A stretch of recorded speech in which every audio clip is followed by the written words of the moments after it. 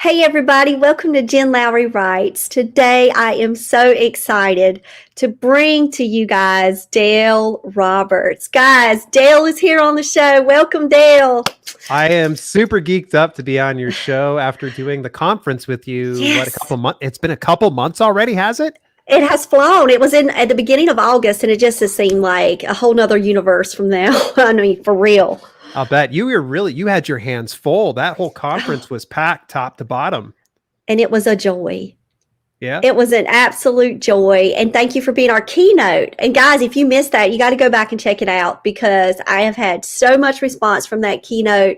You have really made an impact, especially on my WWJs, my writing group too, of all of the impactful advice. Guys, at first, look, you can't stop this now, but I do want you to kind of, after this, go and find Dale if you haven't seen him out working on YouTube and Twitch. You've got to go and subscribe to his work. I'm going to tell you a little bit about him, and then I'm going to try really to convince you that you should become one of his followers because you really have made such an impact on me as an author and the author community. So, Dale Roberts. He's a self-publishing advocate, a fitness author, and video content creator. Dale's inherent passion for life fuels his self-publishing advocacy both in print and online. After publishing over 40 titles, and I have one of them right here in my possession, over 40 titles and becoming a multiple international best-selling and award-winning author, Dale started his YouTube channel, Self-Publishing with Dale. That's what I'm talking about. Voted by FeedSpot among the top 100 websites and top 50 YouTube channels devoted to self-publishing. I say number one.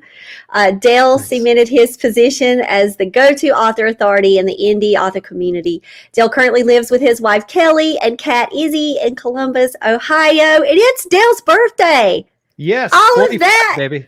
45. Oh, I'm your elder. I just turned 46. I am your elder in this conversation. Yes, in 1 year. Awesome. All right. So, in honor of having this podcast today and for all of the work that Dale has done, we want to draw your attention to the Warrior Dog Foundation. You can go to the Jen Lowry author page. Guys, please go and donate to this wonderful cause.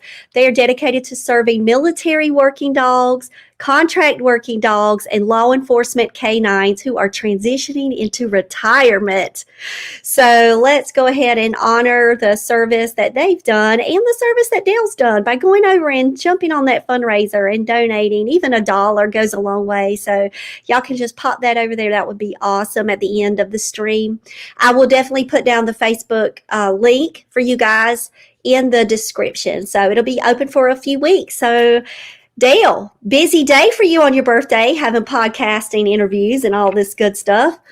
Yes. The funny thing is the other interviewer bailed on me. So it's just you and me now, baby. Like you've got 100% of my energy and enthusiasm. Good. So let's talk shop for you, Dale. I know that you have such the power in the community is strong in our author community. We understand that, and that by word of mouth and by saying, this is the YouTube video to go watch, or this is the share out.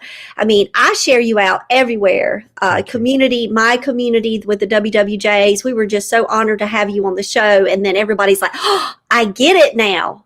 I get it. Yes, we all get you, Dale, because we feel your passion for the work. Yeah. And you also are just so transparent. Like you're like, this works, this doesn't. This is a good idea. Maybe you should try this. You really should consider all of these before jumping here. And talk about how your career evolved that way. Because you were first a fitness author. Mm-hmm. Yeah, I started out being a fitness author in 2013 to be exact, but my first published book didn't come out till March of 2014. Making that pivot from being a full-time worker, 9-to-5 job in healthcare communities to becoming a full-time indie author was real trying. It wasn't easy. I sold $23 and some odd cents in my very first book, and I thought it was enough proof of concept to, as they say, burn the boats. And I'm like, I put my 30 days notice in with my employers. They were kind of shocked. And even the president of the company flew in to tell me, he's like, hey, if you change your mind, you can always come on back. But it was a lot of really bad and trying circumstances for about the first year and a half to 2 years, because going into it, I really had this really large sense of self-worth. It was one of those cases of like, well, I know I can do this. I don't need anybody's help. And I came to find out real quick that I had to humble myself and become a little bit more self-aware. And more importantly, balance my expectations with the reality, because Mm-hmm. becoming an indie author is not easy. People will make it seem like it's easy or simple, but it's not. It's hard work. It's 24/7. I think, like, we talk about, like, for me, running the full time job, running homeschool mom, and doing that, and then finding the pockets of time. That's how I like to describe my author career, is that whenever the pockets come, I just dive into that little space and I really fill it up as much as I can. And then I'm out and I'm going and doing. But Yeah. it's hard. It's a tough road, but it's so rewarding. You bring up a good point about pockets of time, and I think this is something a lot of people need to really pay close mind to. I like discussing fitness. It always kind of comes back to fitness. Anytime I had training clients, because I was a personal trainer for a number of years, always inevitably someone would come up say, "I don't have time." Now, yes, everybody has time. It's how do you prioritize it in a way that makes sense for you? So think about your day as being a closet, and you can only put so many things in that closet before it becomes absolutely full. So one of the things I say is figure out what's in each of your boxes. Audit what you are putting in those boxes and placing in your closet, meaning you need to kind of do a bit of a time study, take a step back and figure out, what am I putting into my day? I think I find with the vast majority of people, there's a lot of time waste in small things, just tiny things that add up as the day goes on. A big culprit, social media. People will spend hours every day just going through social media, and that's great. As an author, you should be doing social media, but you shouldn't be obsessing over it unless that is your job to do that. The other things would be watching TV. Some people are like, no, I need my time to relax. Well, what do you want more? Do you want to relax, or do you want to become a successful indie author? So that closet, that is the space that represents your 24 hours in a day. You've got so many boxes you can put in there. Audit what you're doing within each of those boxes. Figure out what serves your ultimate goals. What doesn't serve your ultimate goals will kind of come and surface out easily, and just purge that stuff out. You got the right idea. I don't expect everybody to be complete time police, that they have to be like every second of every single day, you have to do this and that. No, it's not like that, but you have to really get it to where, how much do I want it? How much am I willing to sacrifice of my creature comforts so I can get future creature comforts that would be even better? And that's the thing, is focus on your time. I love the pockets of time, though. I'm going to probably take that one from you, Oh, Jen. take it, use it, use it. Because to me, that's a good concept, especially for people in the busy life. But it's also going back, you talk about fitness. I think about writing and well being. Yeah. Writing and this author world, that this author business that we have, because we do consider it a business. It's not just our hobby. This is a business that we're running. Yeah. It also brings such tremendous joy, but it also contributes to positive well being when you shape it with the right mindset.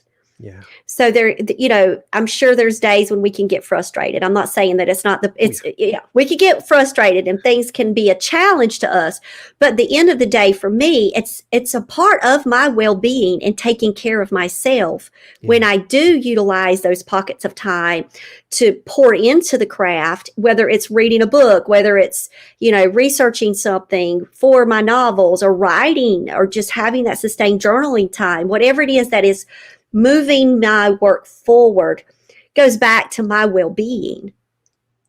Yeah, So, you're giving yourself that sense of not just achievement, but fulfillment. yes. Achievement's all well and good, but if you don't feel happy or content in achieving something, then it's all for naught. But if you are fulfilled by it, meaning I feel great when I do this, then this needs to be something that is part of your priority schedule, something that's going to be built in. For instance, I'm really big about video content creation. It's not something I talk about too often because people come to my channel for self-publishing books, not publishing videos, but I am truly passionate about it. I know that I have to let a couple of things go in order to excel as a video content creator, but it is something that fulfills me, and I'm okay with letting some things go that only give me a sense of achievement as opposed to that sense of fulfillment, of feeling Mm. whole, of feeling like I did something that was good, not only for me, but for other people in the world. And I love how you edit all of your videos. You take care of all of your work. So that's what you're talking about, is how you put in all of that extra time to let your work shine out there. Yeah, it's so important to be polished in anything you're doing in any walk of business. And even if this is a hobby of yours, like, take it seriously like it's a business, because it will reward you like a business if you do that. If you treat it like a hobby, then it will reward you like a hobby, and that's totally fine too. But, at the end of the day, I always just kind of look at, does it fulfill me? And if I ever find myself being miserable, here's a great example. I always try to share with people some of my mistakes I've done before. I had started on YouTube with my main channel, Self Publishing with Dale, in April of 2016. Shortly after, on June 2016, not a lot of people realize I started a channel on Twitch because it's all set for live streaming and such. And I will tell you that I was gung ho about it. I was like, wow. And it was starting to drive some revenue, but then it just kind of plateaued. For whatever reason, over the years, I just started falling out of love with it. Like, I was going on, I was feeling dreadful about it. And I'm like, why am I doing this? I like doing YouTube, but I don't like Twitch anymore. It's no offense to Twitch. For whatever reason, it wasn't fulfilling me anymore. So I went ahead and pulled the plug this year, and I said, 5 years, I gave it enough of a shot. It's making me feel stressed and having some anxiety by not succeeding in it. So my thought was, let me just redevote that attention that I have into what I like. So that's why I ended up transitioning the Twitch channel over into the podcast channel. So now I have two separate channels, which confuses the heck out of people. People will find the main channel and be like, oh, you got a podcast channel? And then the people who discover the podcast channel go, you've got a main channel? So how do you keep it straight, Dale? How do you keep all that straight when people are going there with you? It's simple. The main channel I try to devote towards short form content, anything from a minute to 15 minutes long. There might be some 20-minute videos, but those are rare occasions. But over the last year, I focused long form content on the podcast channel. So there's less polished editing. There's going to be mistakes because it's done live. But overall, it's more of a casual, laid back atmosphere. So it attracts a different audience than, say, the short form content. Because let's face it, I'm in a world where in video content creation, we call it a utility channel. A utility channel means that people just come to you for answers. That's it.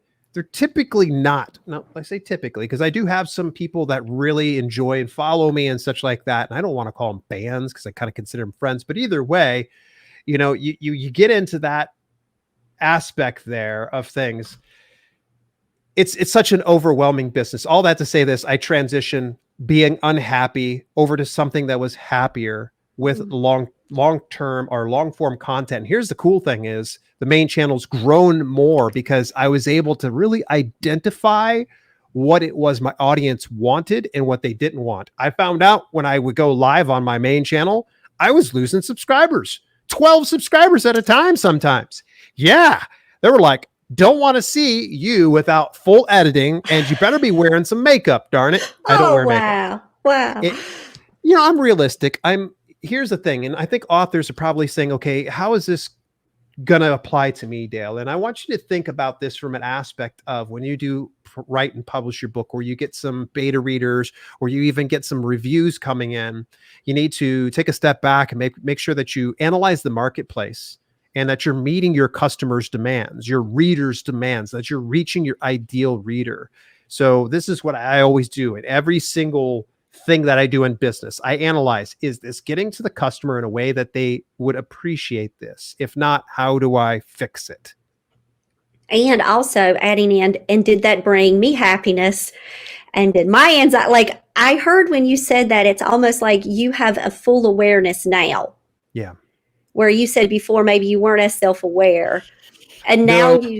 now you have that full awareness though, but that's a part of the journey, and that's a part of that growth process where now you can say, okay, now for these next 5 years, I can really take care of myself and I can hone in on what feels right too.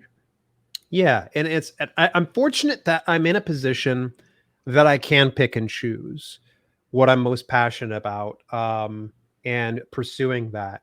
And if for some reason it ends up being a dead end, I'm not too far out. But yeah, and I'm not going to pretend to be 100% self-aware. There are many aspects of this business I feel I can improve in. Oh, yeah, I've got a all of us, lot yeah. of, yeah, just everything from looking at prolific authors like Michael Aran of Author Level Up. Like, honestly, when people share that I've published over 50, I need to update my bio. It's Oh, actually over 50 titles now. sorry. No, Sorry. no, no. That's my fault. That's my fault. But I look over him and like he did 50 in like the last year, I think.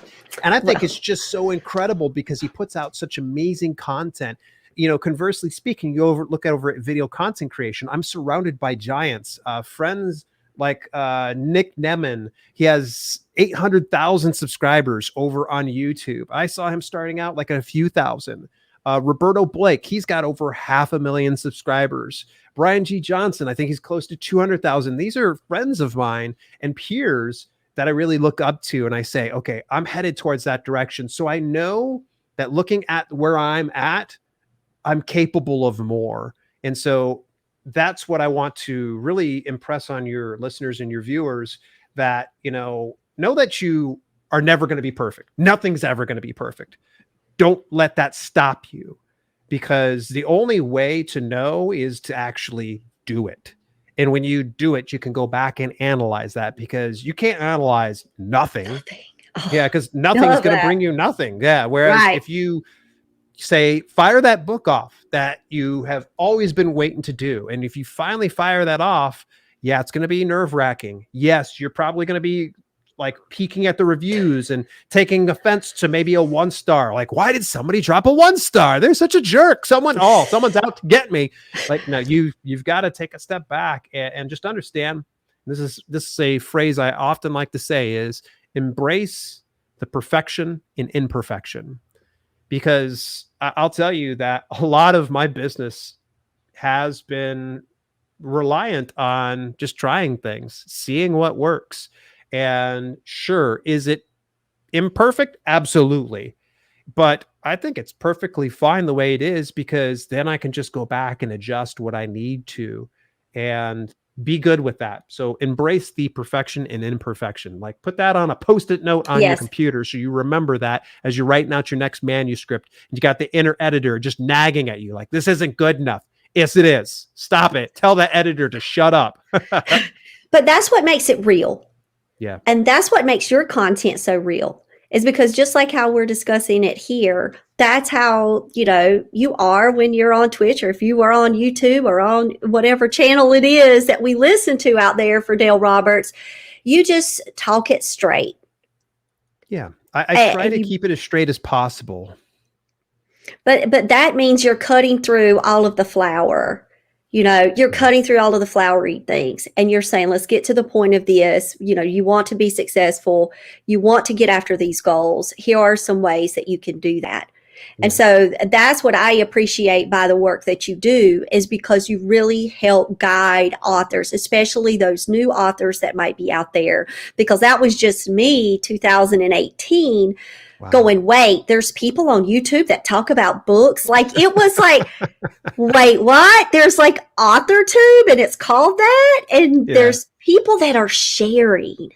And there are people that are out there really wanting the best for other people. Yeah. It's not like they learn some kind of secrets and they hold them.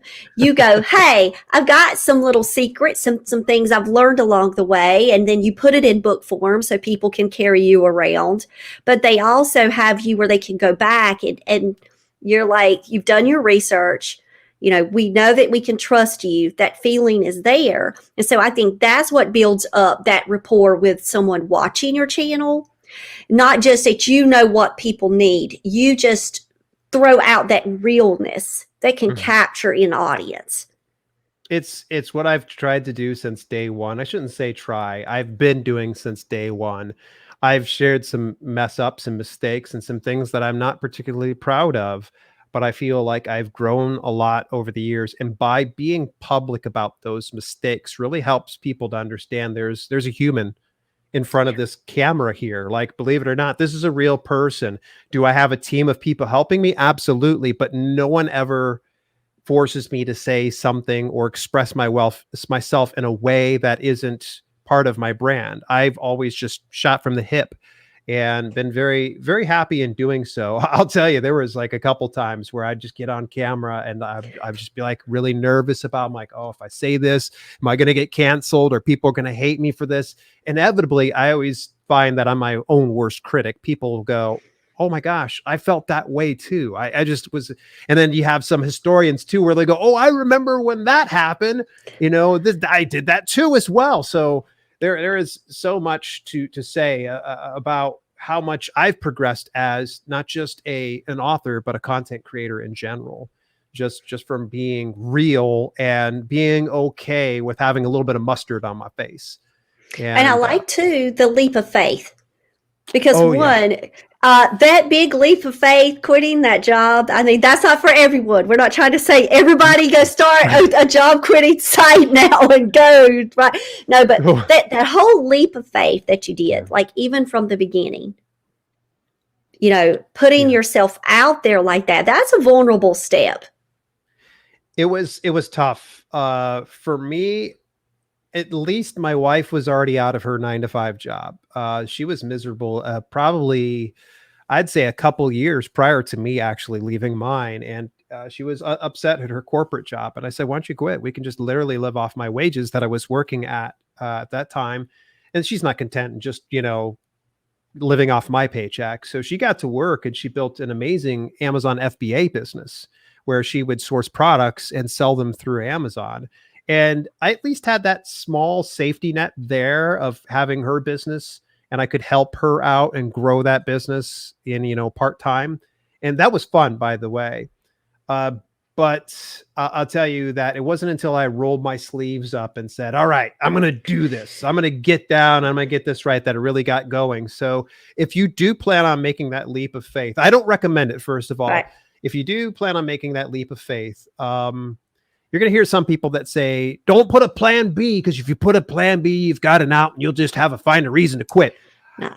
That's all well and good. But when you have kids, bills, things like that, you need to have some type of a backup plan, and just solely relying on income as an author or as an online entrepreneur altogether, it's a recipe for disaster, because I burnt through my savings. I burnt through my retirement fund. I burnt through all of my credit cards. Like it was bad. It was really, really bad. My wife and I were constantly at odds when it came to finances. And I'll tell you this day, like that's not even an issue anymore. Like neither one of us. And I think that's probably comes down to communication, but nonetheless, it was really, really rough. If I had to do it all over again, I probably would have stayed in my job, because it was a great job. I really did like it, and then probably worked on my business part-time. But who knows where we'd be today if I hadn't done that leap of faith, as you would say, and just really, really trusted myself. I think it had a large part to do with my ego, because I just wrote a book. Don't you know? I just wrote a book and I sold $23. Like I netted $23. That's a lot of money. So, I'm laughing with you. I'm laughing with you. I'm not laughing. It's okay to laugh at me as well. So if anybody happens to be, listening to this, it's okay. You can laugh at me, because I'll tell you, it was rough. Ramen noodles and frozen vegetables every meal. So get up, be like, what am I having for breakfast? Oh, we're going to have some ramen noodles Ramen and noodles. vegetables. So my plan is I'm working full time until I retire. I have 8 more years in education. My 30 years will be clocked in, and that's when the full time work will be for me. And so as I look at everyone's journey, we all have our own stories to tell. We have our own paths, we have our own ways to go. But the bottom line is that we believe in the power of the stories that we do write, or we believe in the power of words, or we wouldn't be chasing this like we do. Yeah.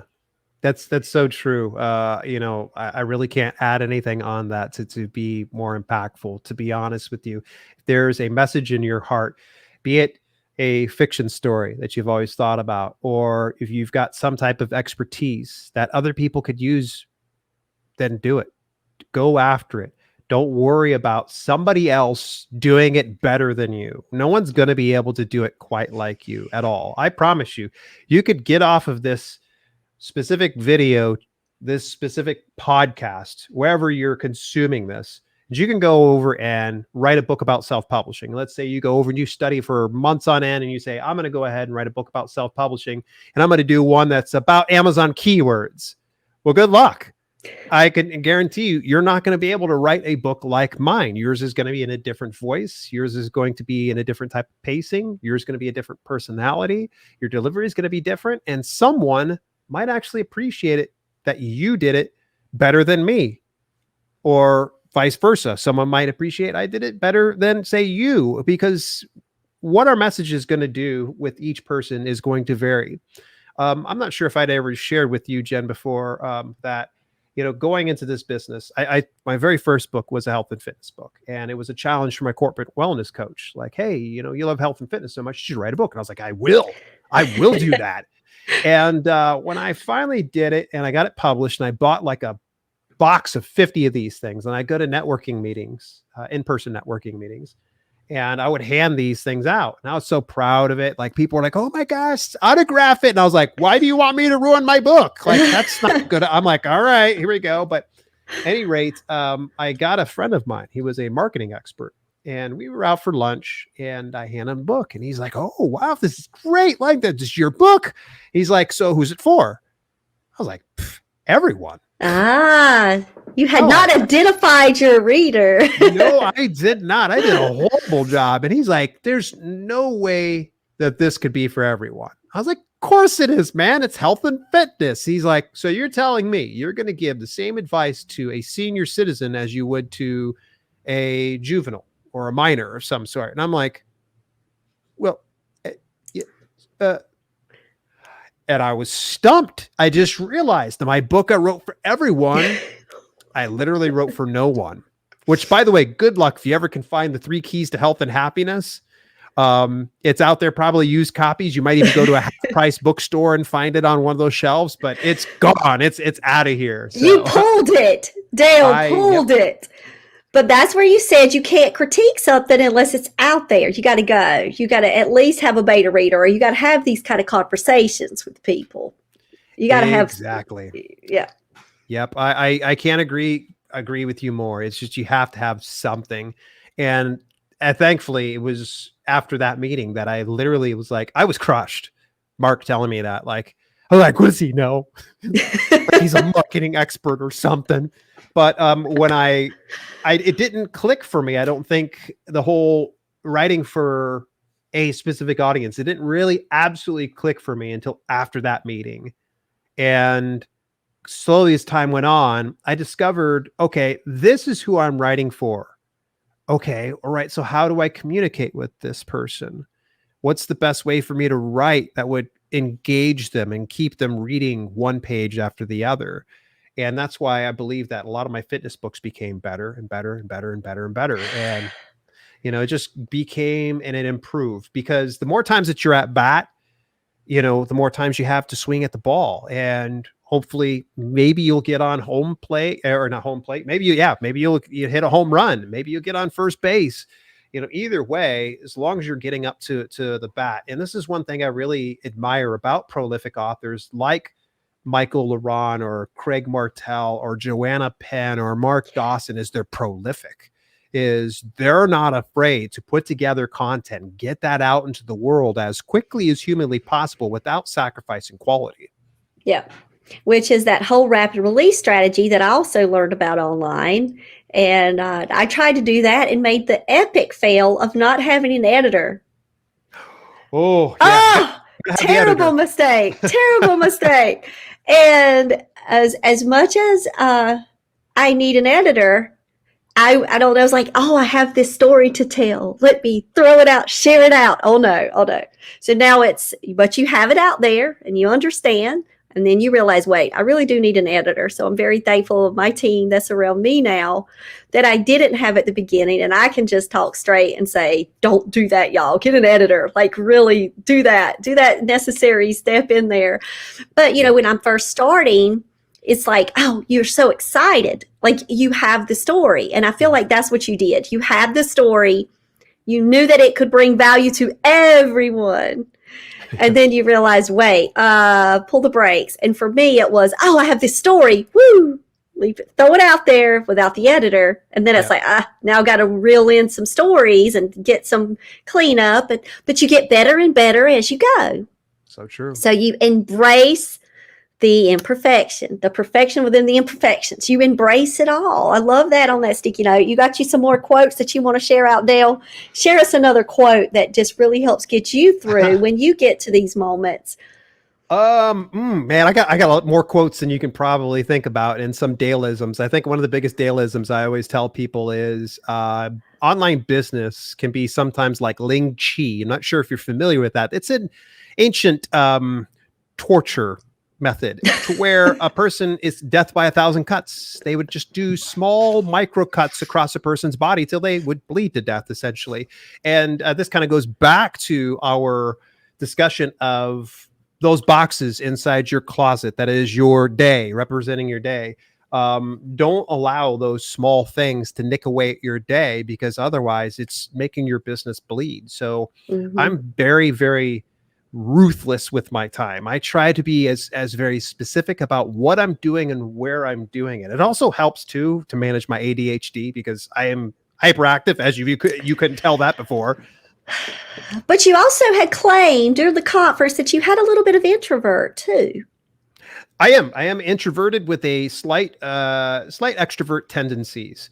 I always try to tell people it's unusual. They'll see me on camera and they're like, oh my gosh, it must be easy. He's such an extrovert. No, I'm not.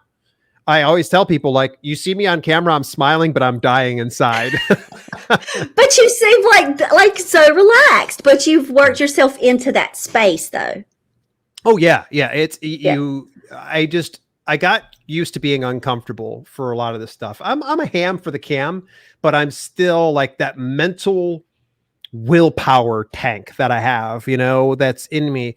It typically gets zapped out. So for a lot of like these like live interviews or live broadcasts that I will do, I will typically get myself kind of mentally prepared, because by the time I'm done with it, I typically have to got to take a nice little breather. Like when I saw you doing that conference, I was just like, I don't know how you're doing that. Like, honestly, I did 11 hours straight one time. And that last time I did, I was like, I'm not doing that again. Yeah, but to me, I had help. I wasn't alone. And like you said, you realized that you also need help. Like that was one of your moments where you realized, look, I need a team. I need help through this. And that's the same like with the WWJs. Like I didn't do that alone. I had my friend Michelle. She was a host with me, and we would go back and forth with hosting, and we took care of business. WWJs in the chat. So I mean, it was a good joy, but it was tiring. But as soon as it was over, it was like, okay, guys, we can't wait to do this again. We can't wait to do this again. It wasn't oh man, why are we doing this again? Because we know our purpose. We know we know the why behind it. Yeah.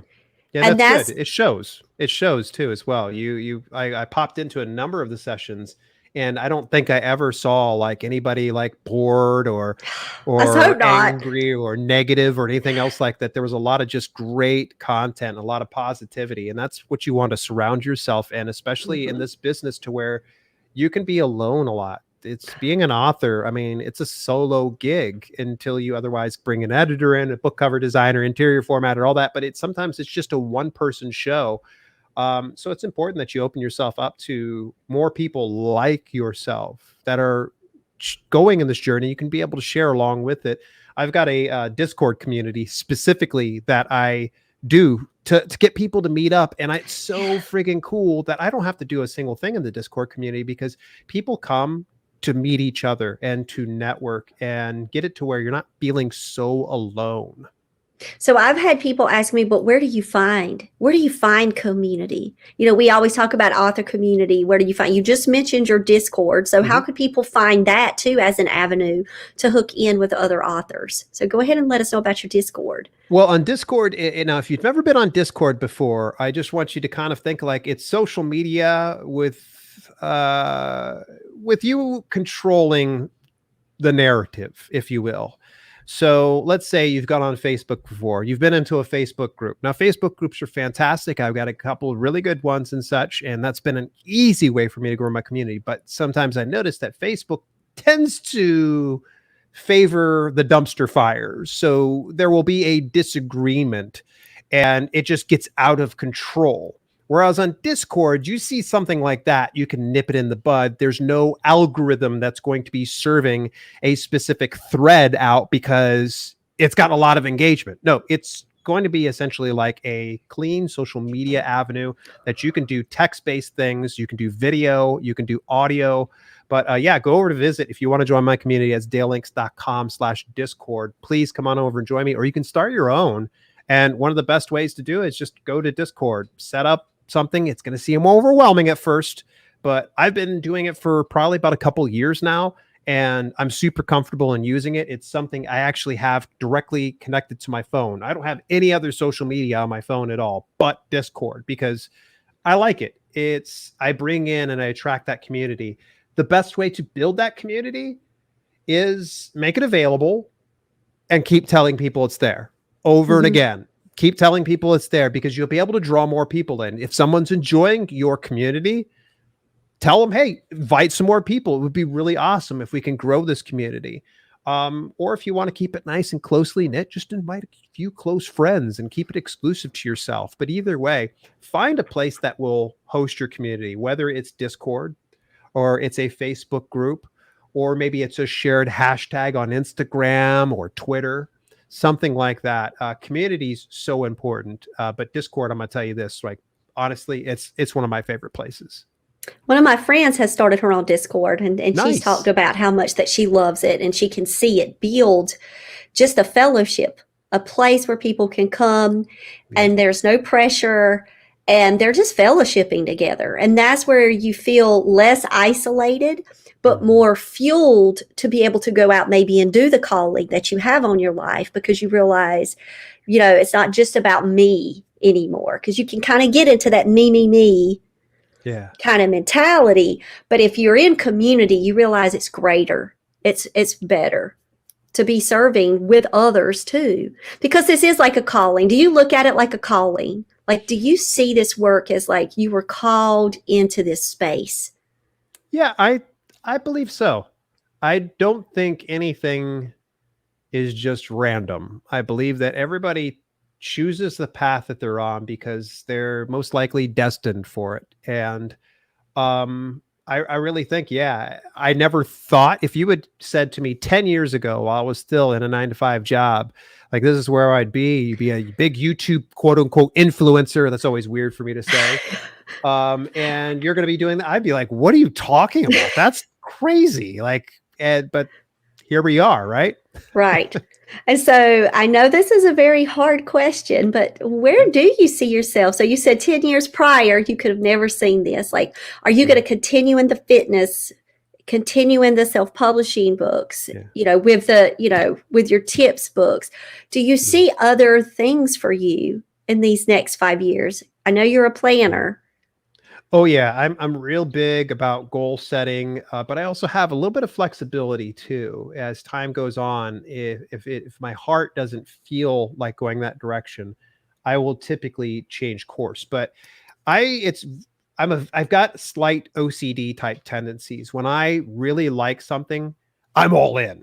Like I am all in lock, stock, and barrel. Sometimes maybe at the sake of my wife's sanity and probably my own, that I obsess over some things. But I would see that over the next, like, say, 5 to 10 years, there's going to be a massive change. I walked away from fitness technically in about 2018, Okay. because 2017, I did the translated versions of some of my books. Hmm. After that, I was just honestly, by the time I got to that point, I was just so burnt out on fitness. My heart wasn't feeling it. I knew I was helping people, but it just wasn't.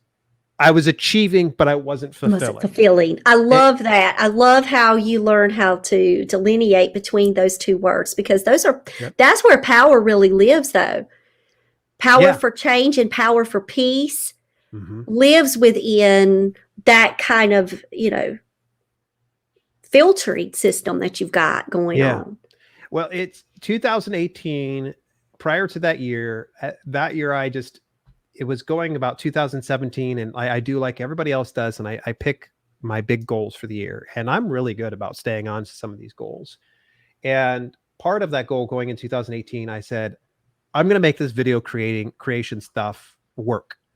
I had enough royalties coming in from the fitness books and all of my publishing brand in general that I was like, I can just let off the gas a little bit. And if for some reason it starts to dip down too much, I can always just go back into it for the safety. And though it's not fulfilling me, it at least will pay the bills. But I never had to do that because I got so obsessive about doing video creation. I think in 2018 was the year that I broke over 1,000 subscribers. Maybe it was closer to 3,000, something like that. But it was enough that I was like, okay, I'm doing this. I'm going to be all in about it. But I see myself growing out more YouTube channels because I actually have 3 fully monetized YouTube channels in the YouTube Partner Program, between Self Publishing with Dale, the Self Publishing with Dale podcast channel, and also live streaming tech. I've got about 3 other videos or video channels that are building off into different niches. One's going to be for Nice. music. One's going to be just for product reviews and such like that. And another one is based on fitness because I have a lot of fitness gadgets that I was like, oh, I'm just going to go ahead and review and just try these out. But yeah, I'm going to build out this whole YouTube empire. Right now, I've got a pretty big team. I have a full outsourced team that helps me out with things like graphic design, video editing, copywriting. I've also got an assistant, and I also have a separate video team that just manages the Self-Publishing with Dale content. So I will be building out that team, but I will say that this has already been on the books, that this year I was planning on doing rapid release schedule. I was going to release one book every month. But then I saw where my priorities were at. And I said, my strongest priorities were in video creation because it was helping more people and I was feeling more fulfilled in doing so. So I'm sitting right now on 3 fully finished manuscripts. One of them is totally done, ready to hit the marketplace. Got 2 other ones that are through their first rounds of edits. I'll be able to hit that one. And I'm also in production for another one about Amazon ads. I'm trying to get as much of these put together as possible because go 2022, I said, and I made a promise to myself, I'm going to pivot fully into fiction. Now, this means that I will keep the Dale L. Roberts brand underneath the self-publishing, but when it comes to fiction, I'll probably change out the name. It might be like D. Roberts or DL Roberts or something like that.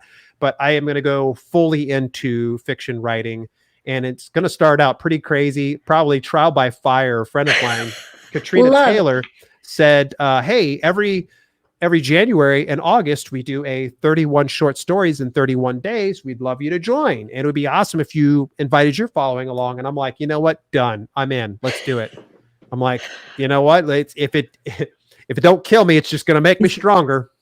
And you'll have some content that you can share out. There you go. Exactly. You can multi-purpose that almost death scene that you're going to be doing. Maybe there'll be one in there. Yeah, Hey, yes. fiction, like, what are your genres of choice? This usually shocks everybody, but when I was a kid, I used to love reading. I still do love reading, actually. But at the time, I really fell in love with writing because I read Stephen King's books. Really big about horror, science fiction. I used to read Isaac Asimov books. There was so much. I went to college for journalism because I wanted to be a writer for Guitar World magazine, because at the time I used to love playing guitar, still do. And for whatever reason, I just ego, being young, whatever it was, I went into college just with the big chip on my shoulder and a big ego, and I dropped out within about 3 semesters.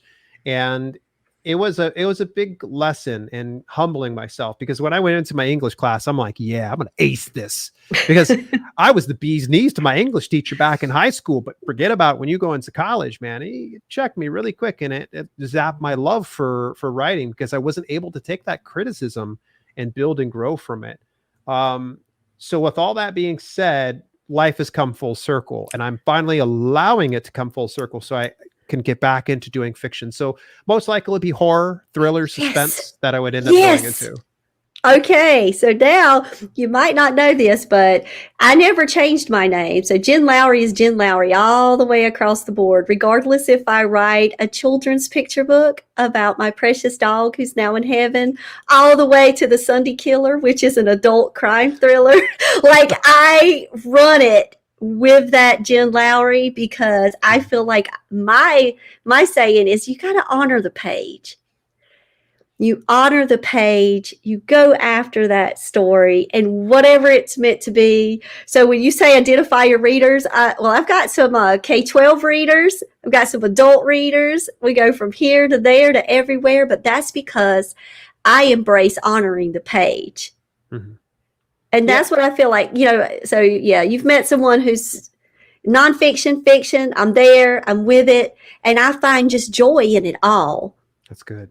You never deny your muse. Never deny your muse. If you ever feel yourself, I get a lot of people, they'll come to me and they're like, hey, I'm having problems, yakety schmackety. Here's my book catalog. And I'll see that they have kind of fire hosed all over the place. There's no direction they've got.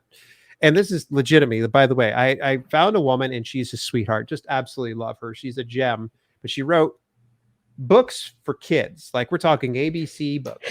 And then she puts out a car repair manual. And then she puts out like a werewolf shapeshifter book. And she's wondering like, hey, why am I having so much issues in selling books? I was like, well, you haven't decided your audience. You're kind of going all over the place. People go into your McDonald's one day and they're able to order a Big Mac. Next day they come in, you're telling them, well, you can have that old Big Mac that you had before, or we're going to sell you shoes.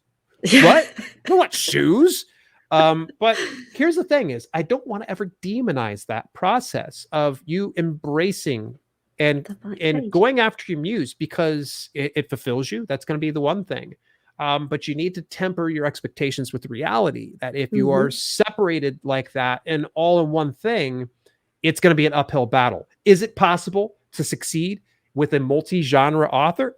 Absolutely. You look at someone like Chris Fox, you look at Craig Martell, you look at Michael Laron, you look at all these self-published authors that do it just fine, but they had a lot of work to do. I always try to show people the path of least resistance. I don't want to tell people, hey, don't go down that path. It's not good for you. It's, hey, if you like to do that and you're not doing any wrong in doing it, go for it. Yes, go for it. Love it. I absolutely love it and embrace it all. And I can't wait for some horror from Dale Roberts. That's what I'm saying. So I don't know if you guys are ready for this stuff up here. I am. I'm ready. And let's just say that that's going to be on my radar soon. I'm going to be just checking in, keeping up with Dale to see what's up with you, with all of your, goals for the rest of this year, following along with your content, but also looking forward to that shift, that transition that you've got going on, and we'll support you 100% of the way in that too, because now you're speaking my language. The horror world is my world. Awesome. So I'm really excited for that. Excited for your future. Excited that it's your birthday. Now you get to celebrate. Get off this thing with me, guys. Go check out Warrior Dog Foundation. I just want to bring this to your attention one more time. It's dedicated to serving military working dogs, contract working dogs, and law enforcement canines that are transitioning into retirement. And no, I'm not joking you for being now us in this older age. It's not like, no, I picked that because I feel like The dogs that serve with our military and our police, they deserve that happy retirement too. So let us give them that today in honor of Dale Roberts' birthday. So Dale, congratulations on all your success. Thank you so much for being here, sharing the journey. Now, we've dropped some names. You've dropped Discord. You've dropped your channels. You can just know that everything's going to be in the description below. So you guys go and check out Dale, follow him, and support the work that he's doing. You are truly such a gifted content creator, but you just speak it real. And I want to thank you so sincerely for helping me when I first started, first finding YouTubers out there. There's tons of author tubers. There's people out there on AuthorTube everywhere. You can go and find them and go check out their channels and learn a lot from people. But I want to say yours is the #1 channel for me. It has been from the very beginning. I put you on my list because people need to find you. People need to be able to say, okay, I'm not alone in this. There's someone out there doing this work that really cares about the success of others. And that's what you put out there, Dale. And I just want to say thank you for that work. So, yay, thanks for being here. Thank you. I really do appreciate it. All right, guys. Thanks for joining Jen Lowry Writes. I'll check you guys out later. Thanks again, Dale.